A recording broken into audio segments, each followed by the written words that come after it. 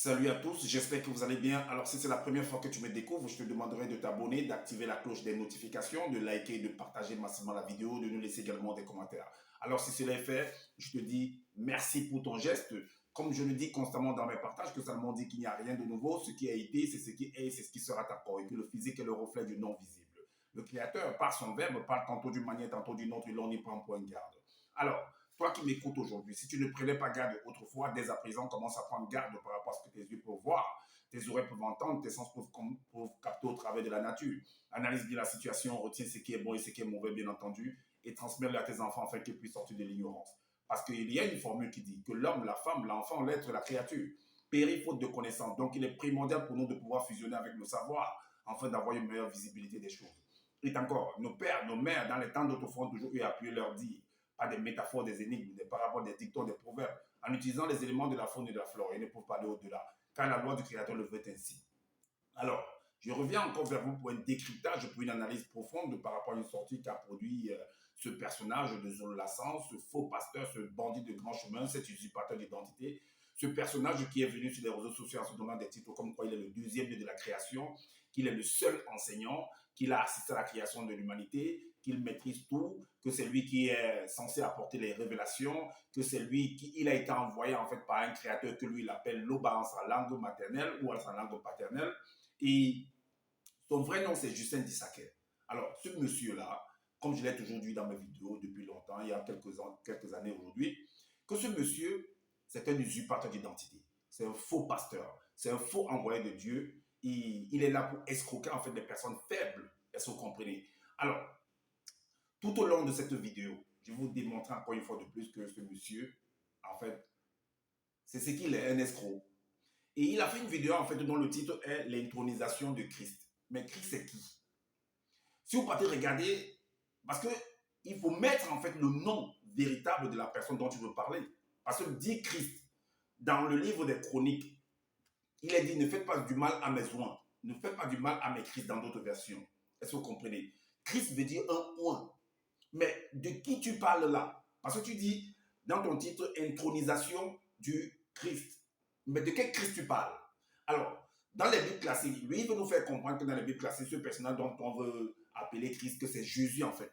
Et que Christ ne veut pas dire Jésus. Ok, mais dois-je là, dans ton livre que voici, dans ton livre que voici, qui est le Christ là-dedans? Est-ce Christ? Parce que là, dans ton livre, tu as écrit Joki Sabe Koudoumane. Est-ce que Christ veut dire Joki Sabe Koudoumane? Est-ce que Christ veut dire Joki Sabe Koudoumane? Vous êtes pressé de venir dire que non, voilà, dans les Bibles classiques, c'est ceci. Les Bibles, tu dis que les Bibles classiques ont été écrites par des racistes, pas des esclavagistes. Toi-même, tu es un esclavagiste, tu es un raciste.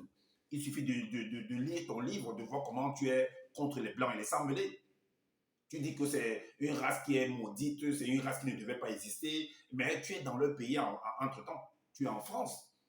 Tu vis, tu manges en fait la nourriture des Blancs et des Sang-Mêlés. Tu utilises en fait leur moyen de transport. Pourquoi tu ne rentres pas au Cameroun? Alors, donc, il a fait, comme j'ai dit, il parle de l'intronisation de Christ. Mais de quelle intronisation?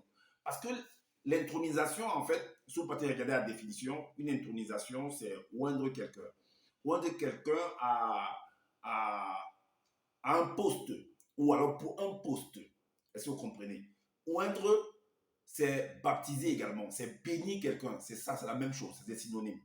Alors, la question qu'on doit se poser, ou bien que vous devez vous poser, ce personnage qui est caché derrière le mot Christ, ou le nom Christ, disons le mot Christ, de qui parles-tu? Donc, tu peux faire allusion à ton Dieu qui est soi-disant le sauveur qui est venu dans ton pays, selon toi, dans ta région, dans ton continent africain. Alors, donc on va vérifier tout ça. On va vérifier tout ça, on va analyser, on va voir ce qui en est.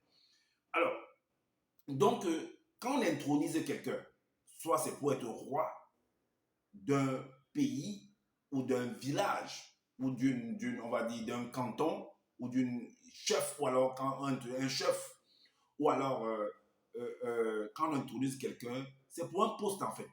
Est-ce que vous comprenez? En gros, c'est pour un poste. Alors, ton Dieu qui savait, qui se cache derrière le mot Christ là, Lui, quand on l'a intronisé, parce que tu dis que Jean-Baptiste, c'est les mêmes histoires. Je crois que pour écrire son livre, en fait, il est parti dans les Bibles classiques.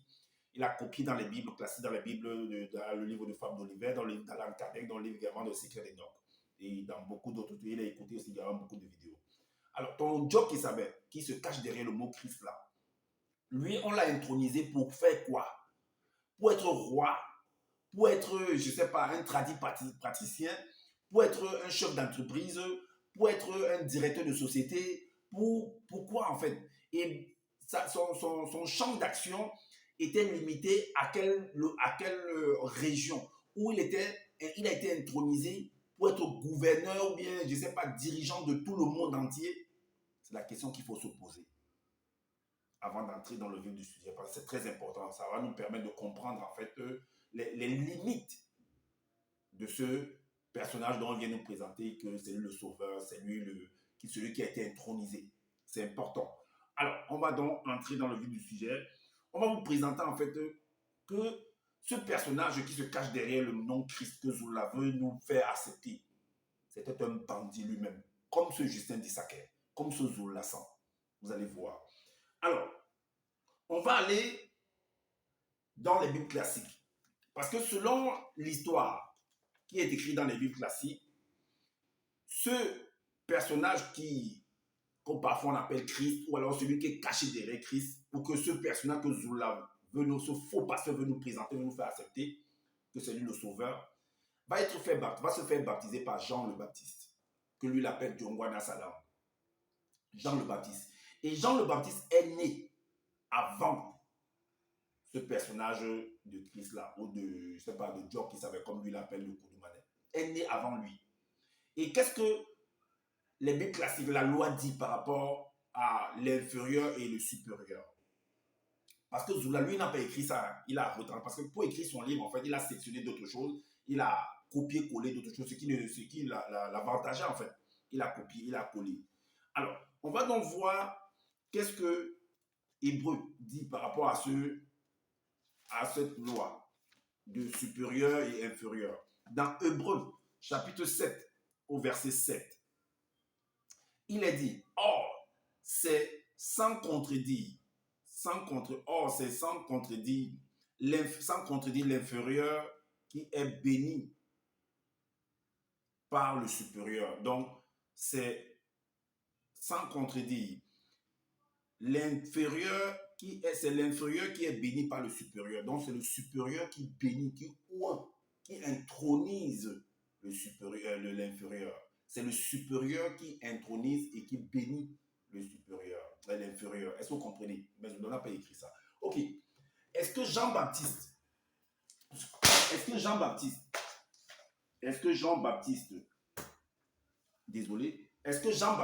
était supérieur à ton Koudoumane? Je m'adresse à toi, Zoulasan. Est-ce que Jean-Baptiste était supérieur à lui ou bien c'est Jésus, ton Jésus?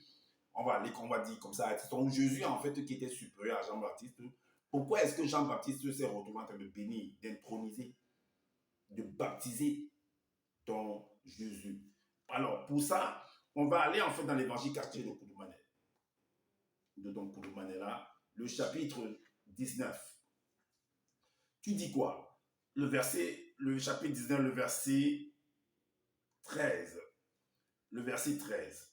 Il est dit que dès qu'il fut intronisé spirituellement par le moyen de l'huile sacrée, connue par les initiés. Maintenant, on nous fait comprendre aussi d'une manière, pour soi-même dans les Bibles classiques, que Jean était en train de baptiser, donc il était dans l'eau, les gens venaient pour la repentance en fait.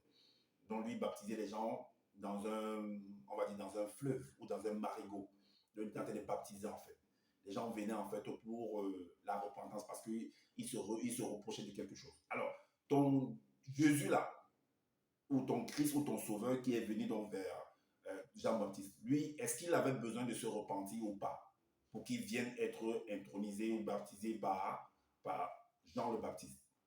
C'était ouvertement, c'était en secret, point d'interrogation.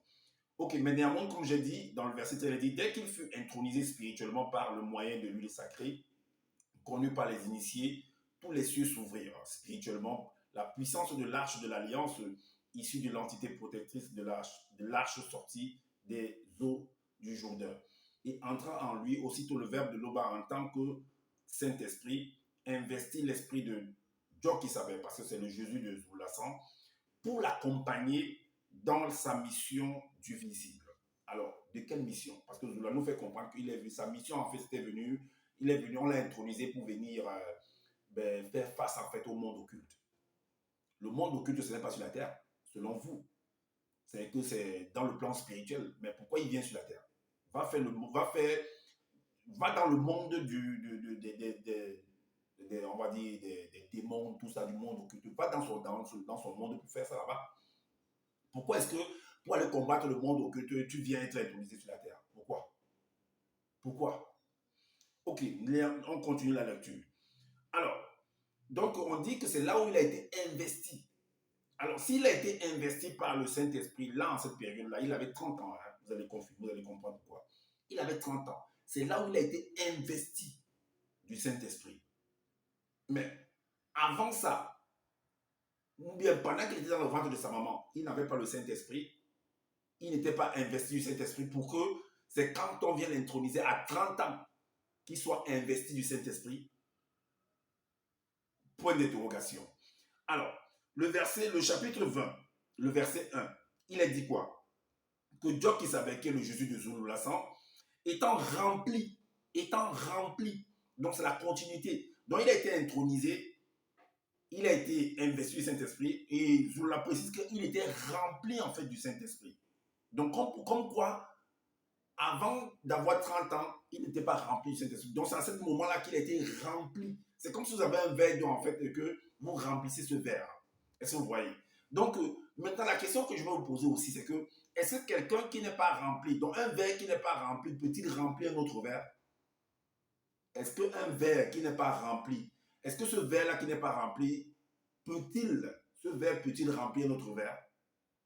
Point d'interrogation. Là, on nous précise au chapitre 20, le verset 1, que c'est là que vous comprenez que ce monsieur, il vient copier les choses, il vient écrire sans intelligence. Après, ce sont eux qui viennent se faire les grands, ce sont eux qui viennent se faire les sages, tout ça et tout et tout. Les grands connaisseurs. Là, tu ne connais rien du tout, je te le dis. Tu t'es précipité d'aller copier les choses, de venir écrire, de venir raconter des bêtises. Donc, et ça te rattrape.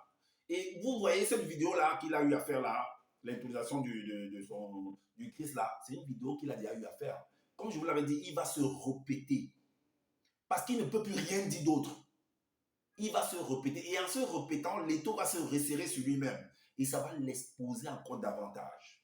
Vous allez voir de plus en plus. Même ceux qui sont dans son groupe qui ne veulent pas comprendre là. Parce qu'ils font comme des toutous en fait. Ils ne veulent pas apprendre. Parce qu'ils n'ont pas le temps de lire. J'ai eu le temps de lire, d'étudier. Sauf si peut-être eux aussi sont étudiés. Bon, ça n'engage que eux là-bas. Ok. Donc, Dieu qui savait, étant rempli du Saint-Esprit, de Loba, alla dans un désert rempli de mystères. Ok, je m'arrête là. Maintenant, on va aller également dans l'évangile de Koudoumane, chapitre 13. Parce que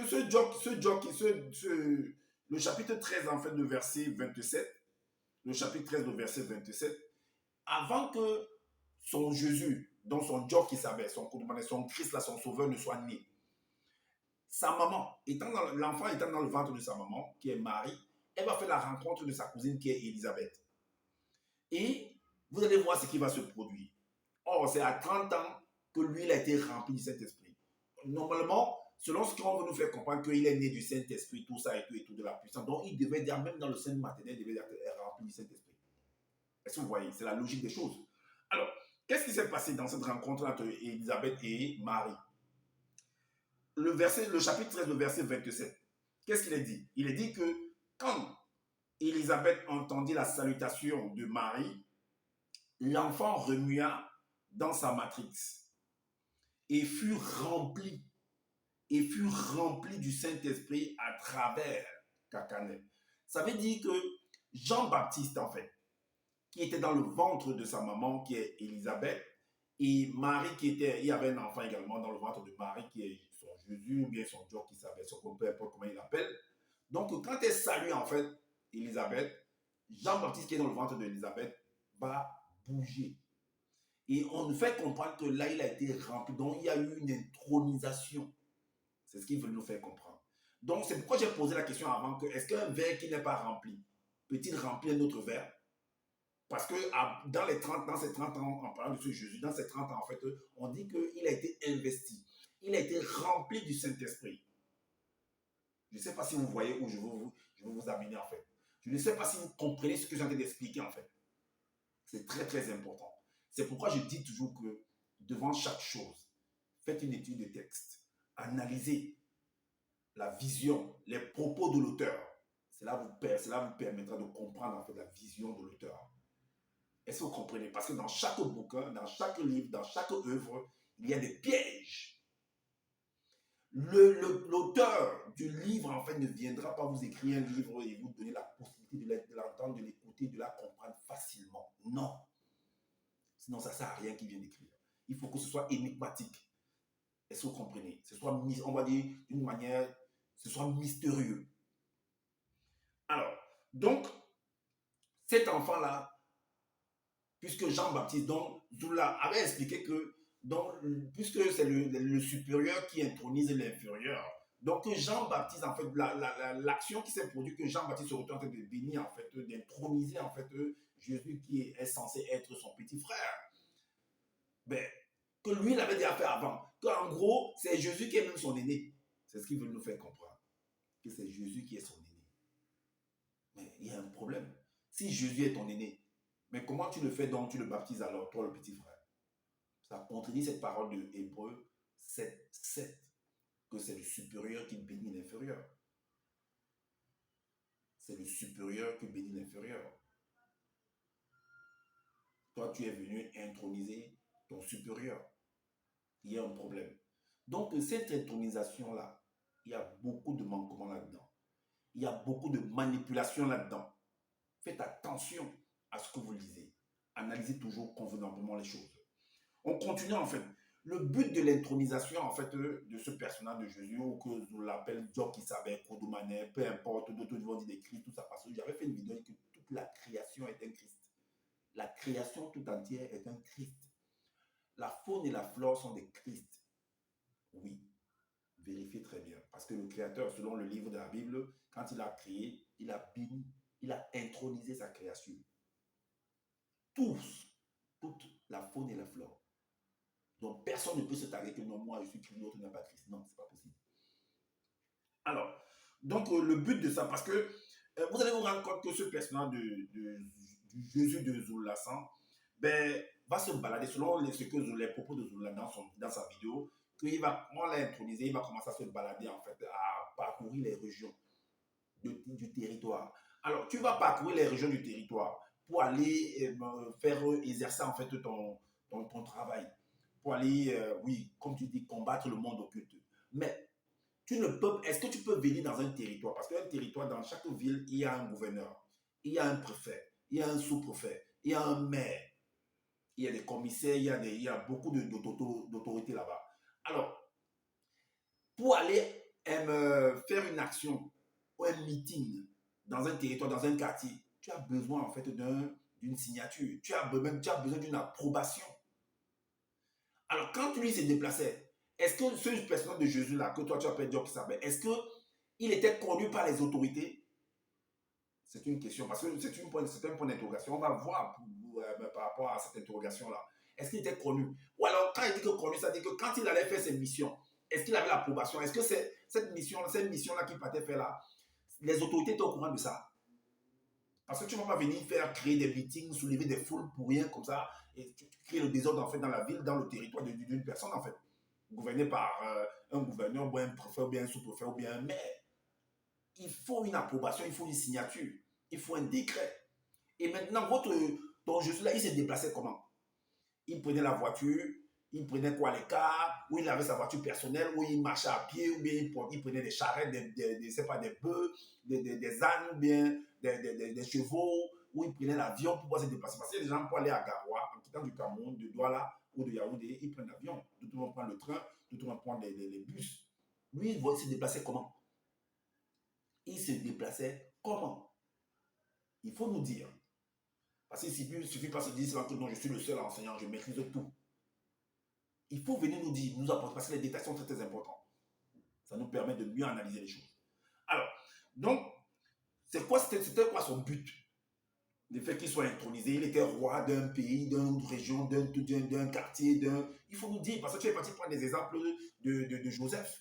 Tu es parti prendre des exemples de David, qu'il a été intronisé roi et tout. Mais est-ce que ton Jésus a été intronisé roi? Est-ce qu'il était le roi d'un pays? Est-ce qu'il était le chef du village, le chef, bien le roi d'un village? Mais s'il a été intronisé, quels sont les médias qui étaient. Est-ce que c'était médiatisé dans tout le monde entier? France 24 était là, RFI était là, la CATV était là, Equinox était là, la RTI était là. Quelles sont les chaînes de télévision? Est-ce que ceux qui vivaient par exemple en Chine, en Asie, aux États-Unis étaient au courant son intronisation? Est-ce qu'ils sont au courant de ça? Ou ça s'est limité vraiment en caché là-bas dans votre village, dans votre région là-bas, ou je ne sais pas que tu connais là-bas? Il faut nous dire qui connaissait ça, qui est au courant de lui-même. Vous venez vous pas parce que vous avez vu les trucs qui sont écrits, vous venez commencer à raconter des choses, à blablater. Ok. Donc, dans l'évangile caché de Koudoumané, au chapitre 57, ce monsieur, en fait, va être conduit au chapitre 57. Le chapitre 57, il va être conduit devant les autorités. Ce personnage de Koudoumané, de Djok Isabel, du Jésus de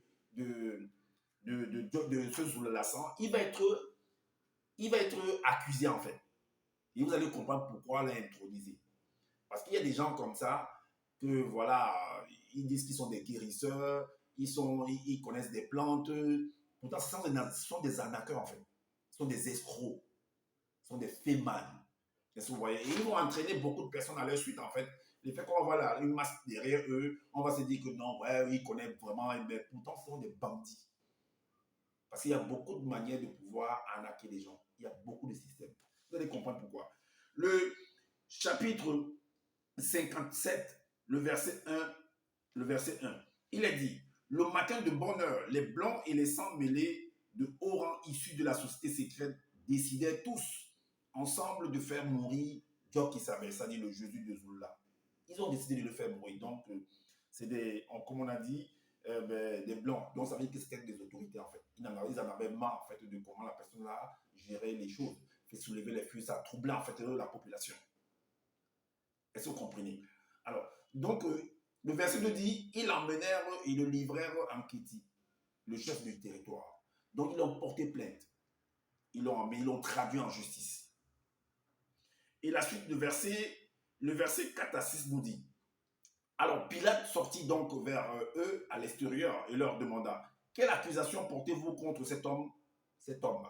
Je l'ai ajouté mystérieux. Bon, toute la création est mystérieuse. Hein? Et ils lui répondirent, si ce n'était pas un sorcier, nous ne te l'aurions pas livré. Alors, j'ai dit qu'il y a des sorciers, en fait, des gens qui se disent que ce sont des guérisseurs, généralement on les appelle les sorciers, et tout. Donc, il y a beaucoup de langage, en fait, qu'on utilisait au quartier pour pouvoir qualifier ces autres personnes. Alors, ce sont des arnaqueurs.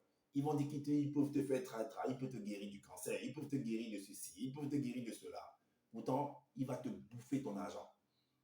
Je ne sais pas qui, Zola, en tant que lui, parce qu'il dit que Jésus est le premier-né, qu'il est le deuxième-né. Mais depuis que tu es là, Zola, tu as guéri qui? Tu as aidé quoi? Tu as aidé qui? Concrètement. Ok, on l'accuse de sorcier. Donc son intronisation, c'était pour aller être un sorcier, un guérisseur. Donc combattre le monde occulte, en fait, selon ce que tu as dit, c'était pour chasser les démons, bon, soi-disant les démons. Donc on sait que tout ça, c'est de l'arnaque, en fait. Parce que chasser les démons, c'est du n'importe quoi, je vous le dis. Je sais de quoi je parle. Parce que j'ai été au cœur de ces choses-là. Ok. Donc, le verset suivant nous dit que Pilate rentra dans le palais de justice et fit comparaître Djok qui savait le Jésus de Zoula en lui demandant que es-tu un sorcier? Lui demanda-t-il. Es-tu un sorcier? Parce qu'on t'accuse de sorcier. Parce que la plainte, quand je lis ta plainte, en fait, on dit que tu es un sorcier. Tu fais des choses, des bêtises, en fait. Est-ce que vous comprenez? Donc, voilà donc tu te balades partout dans les quartiers, tu t'habilles, parce que généralement, la plupart des gens comme ça, ils ont toujours des habits bizarres. Donc, ils sont sales. Je dis qu'ils sont sales. allez voir au village, en fait, dans les campagnes, tout ça, les gens qui se disent sorciers. C'est un peu ceux qui sont en ville, un peu, qui vont essayer de changer un peu la donne, de changer un peu le système. Ils vont s'habiller en veste, tout ça et tout, en disant qu'ils multiplient de l'argent, ils réalisent ceci ou cela. Ce sont des bandits de grand chemin, je vous le dis. Que cette vidéo vous choque ou pas, en fait, que cela soit ainsi, parce que vous ne voulez pas analyser. Ok, la suite dans l'évangile caché de Kouroumane, chapitre 35. Qu'est-ce qu'il est dit? Dans le chapitre 35, dans le chapitre 35. Ok. Dans le chapitre 35, le verset 44, il est dit, donc pour confirmer que ce monsieur voulait le tuer en fait, et il savait. Et parce que quand tu sais que tu fais des choses qui sont des bêtises en fait, quand on veut t'attraper, tu vas fuir en fait. Parce que tu es une nuisible, c'est comme un bandit qui fait un gang qui essaye de braquer les gens un peu de partout. Mais quand on tombe à votre région, comment vous suivez, vous allez fuir. Alors voilà pourquoi l'un d'eux, dans le chapitre 35, le verset 44, l'un d'eux leur dit, c'était dans une réunion secrète, privée, vous n'y entendez rien, vous ne refusez pas qu'il est dans votre intérêt qu'un seul homme meure pour que le peuple et que notre société secrète ne périssent pas. Donc il fallait de la tranquillité dans le pays, dans le territoire. Maintenant, allez comprendre dans quel territoire, parce que c'est pour dire que, est-ce que de son territoire-là, est-ce qu'on l'entendait également en Asie? Si c'était en Afrique, dans quel pays en Afrique? Est-ce que ces actions étaient médiatisées? C'est la question qu'il faut se poser. Alors, mais néanmoins, on dit que une réunion a été faite pour qu'on puisse le tuer. C'est pourquoi on a traduit en justice chez Pilate. La suite nous dit que le verset 46, dès ce jour, il résolut de le faire mourir. Donc, ils ont résolu qu'il faut qu'on la batte, qu'on tue cet homme-là, parce qu'il est nuisible. Et maintenant, le verset 47 nous dit, c'est pourquoi Dieu qui savait, puisqu'il est au courant de ça, il a entendu la rumeur, et il va fuir pour sauver sa vie. C'est pourquoi Job Kisabé ne se montra plus tous les jours ouvertement parmi les blancs et les sans-mêlés, mais il se retira dans la contrée, dans la région montagneuse de Ben-Monaou, et là, il y demeurait avec ses apôtres. Donc, il a fui. Il est au courant, il a eu vent de ça qu'on veut l'assassiner, il a fui. Parce que tu fuis tout simplement parce que, mais si tu prétends être ce que vous êtes venu nous expliquer, c'est lui, c'est ci, c'est lui Dieu, c'est lui cela, il vient de tel monde et tout, tu fuis. Pourquoi? C'est vous qui avez créé la mort. Tu étais là pendant la création de la mort, non? Tu connais ce que c'est. Pourquoi tu fuis? Alors, des scandales vont se produire pour vous montrer encore que ce monsieur, en fait, ne faisait pas un bon travail. Ce personne de Jésus, de ce Kodouman, de Jock, de Zolassan ne faisait pas un bon travail parce que il y a des personnes qui vont le suivre. Vous voyez? Il y a des personnes qui vont le suivre au chapitre 31, le chapitre 31 qui l'ont suivi. À force de parler, de leur convaincre que voici, voilà, je vais vous accorder une belle vie, vous aurez des avantages, vous aurez une vie de richissime, tout ça. Donc, il les a fait en fait, il les a bluffés, il les a versé la poudre de pimpin aux yeux. Et les gens se sont suivis, l'ont suivi. Il y a d'autres, par contre, à un moment donné du chemin, ils vont se rendre compte que il y a un problème dans ce que le monsieur nous a dit. D'autres qui n'ont pas l'éclairage, assez d'éclairage, vont continuer. Voici ce qui s'est passé.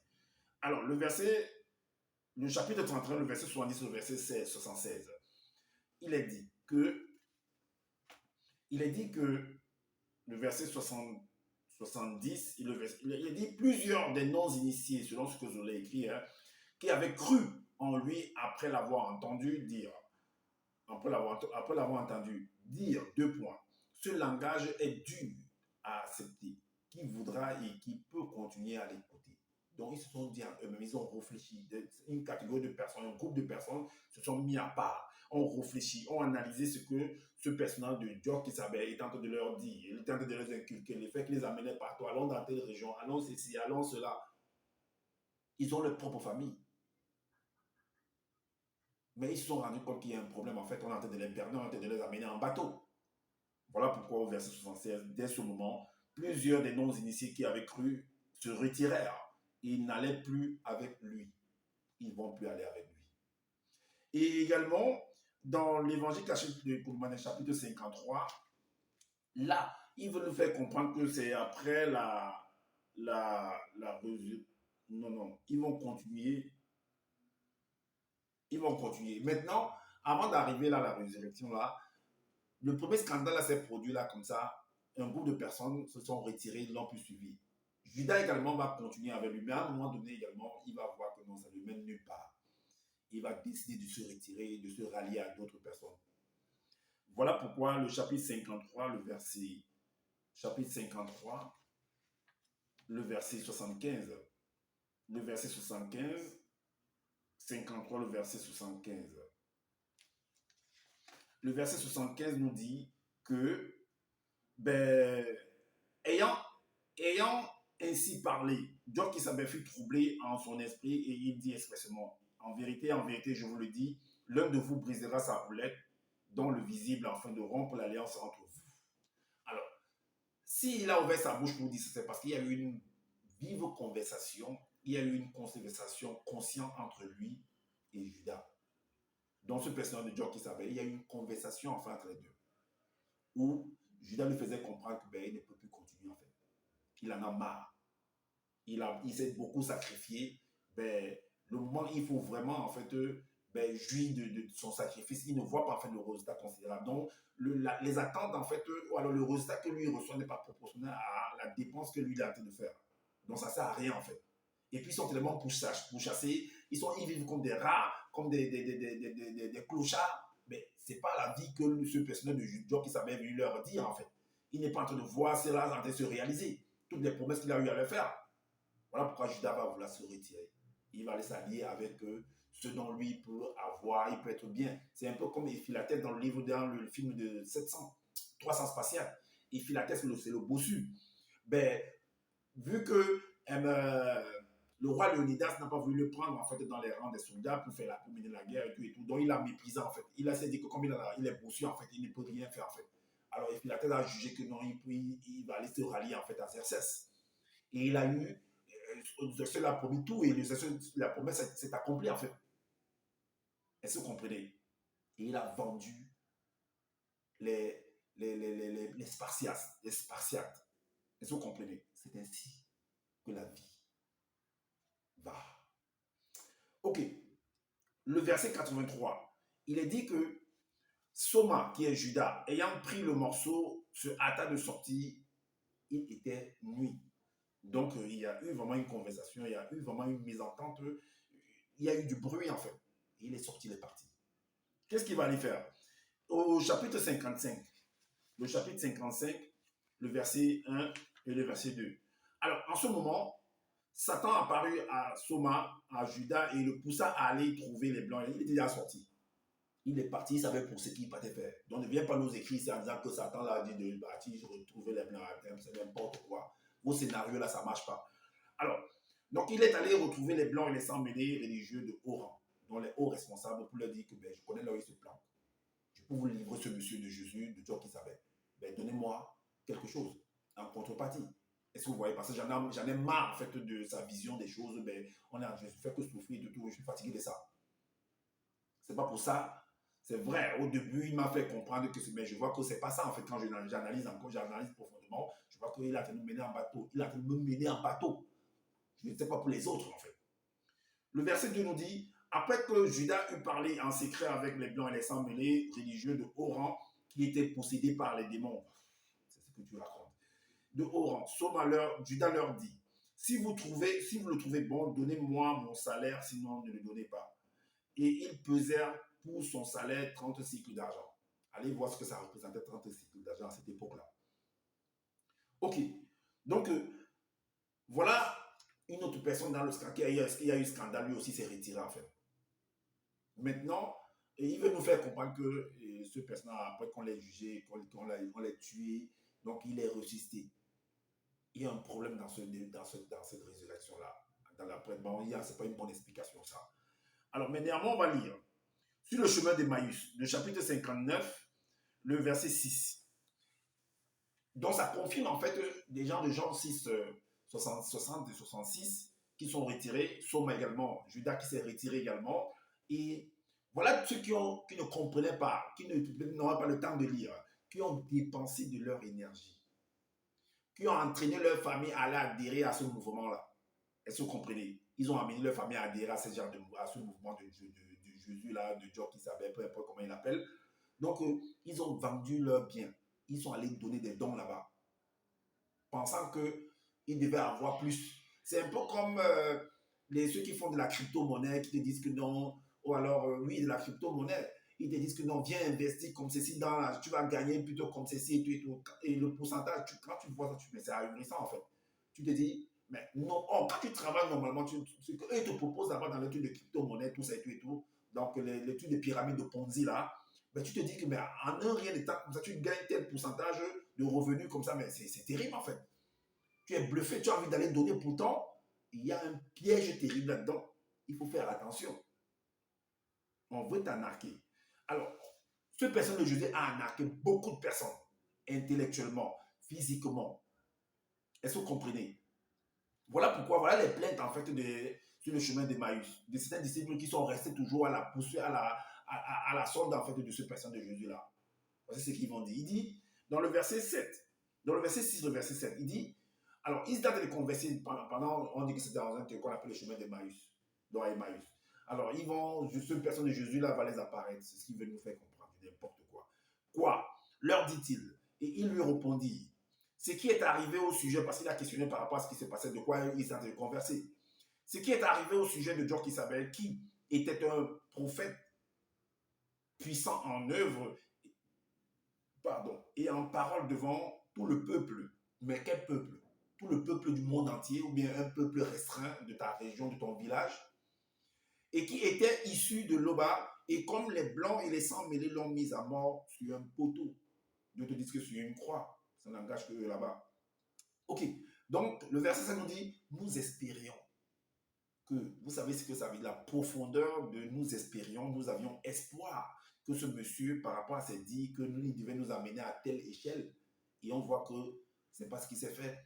On a dépensé notre argent, on a dépensé nos ressources, les ressources mentales, matérielles, beaucoup de ressources. En fait, d'autres ont vendu leur champ, d'autres ont vendu leur maison, d'autres ont abandonné leur famille, d'autres sont séparés de leurs femmes, de leurs enfants pour aller te suivre. Donc leur vie, en fait, ont été mis en pause à cause de ce personnage de Job qui s'appelle de Jésus de Kodoumanet, ce sauveur de pacotille, ce menteur de grand chemin. Alors, il dit que nous espérions que ce serait lui qui délivrerait. Voici, selon ce que Zola écrit, mais avec tout cela, voici quelques jours que ces choses se sont passées. Voilà, nous espérions que c'est lui qui sauverait, parce que c'est ce qu'il avait dit au départ. C'était ça, en fait, dans ses principes. Mais en réalité, c'était un mensonge.